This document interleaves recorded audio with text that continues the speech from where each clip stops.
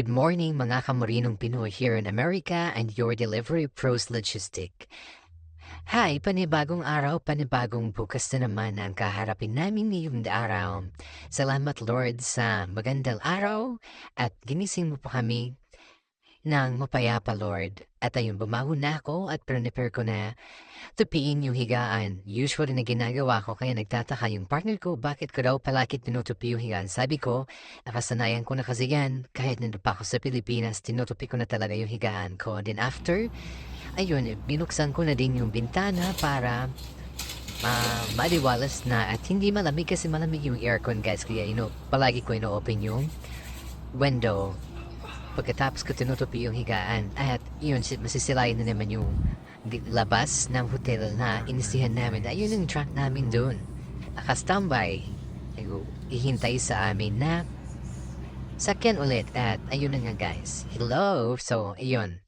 Nagpe-prepare na ako for my shower kasi si partner tapos na siya maligo. Tapos, ayun, pupunta na ako sa CR para mag-prepare na rin maligo kasi malayo-layo pa yung travel namin. I think it's around 3 hours away from where we are right now, going to Tulsa, Oklahoma, kung saan kami nakastay. Yun yung location namin, guys. At, ayun, tapos na rin ako maligo. Ayan, at, tapos na rin ako magbihis, guys. Ang bilis ng transition, diba? At, ayun, naalis na kami sa hotel. Then, kakain kami dun sa breakfast, guys. Tinawanan pa ako ng partner ko. Sabi ko, alis na tayo, labas tayo. At, ayun, tapos na kami lahat. Nakalabas na kami sa hotel. At nandito na kami, patpunta na kami sa truck. At ayun, may paslomo pa dyan si Kuya niyo, Char.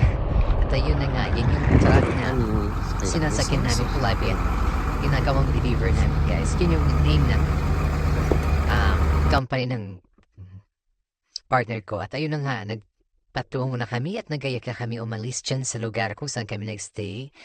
At punta na kami dun sa iyon, Tulsa. Nakikita niyo yung sign, yan. Yun yung way, 3 hours away pa guys. So, medyo malayo-layo pa at nakapagod nakaupo sa upuan at nakita ko rin yung kit na bus guys kasi there's no class anymore here. Tapos na yung klase nila. So, ayun na nga. Tuloy lang yung travel namin hanggang makarating kami sa office ng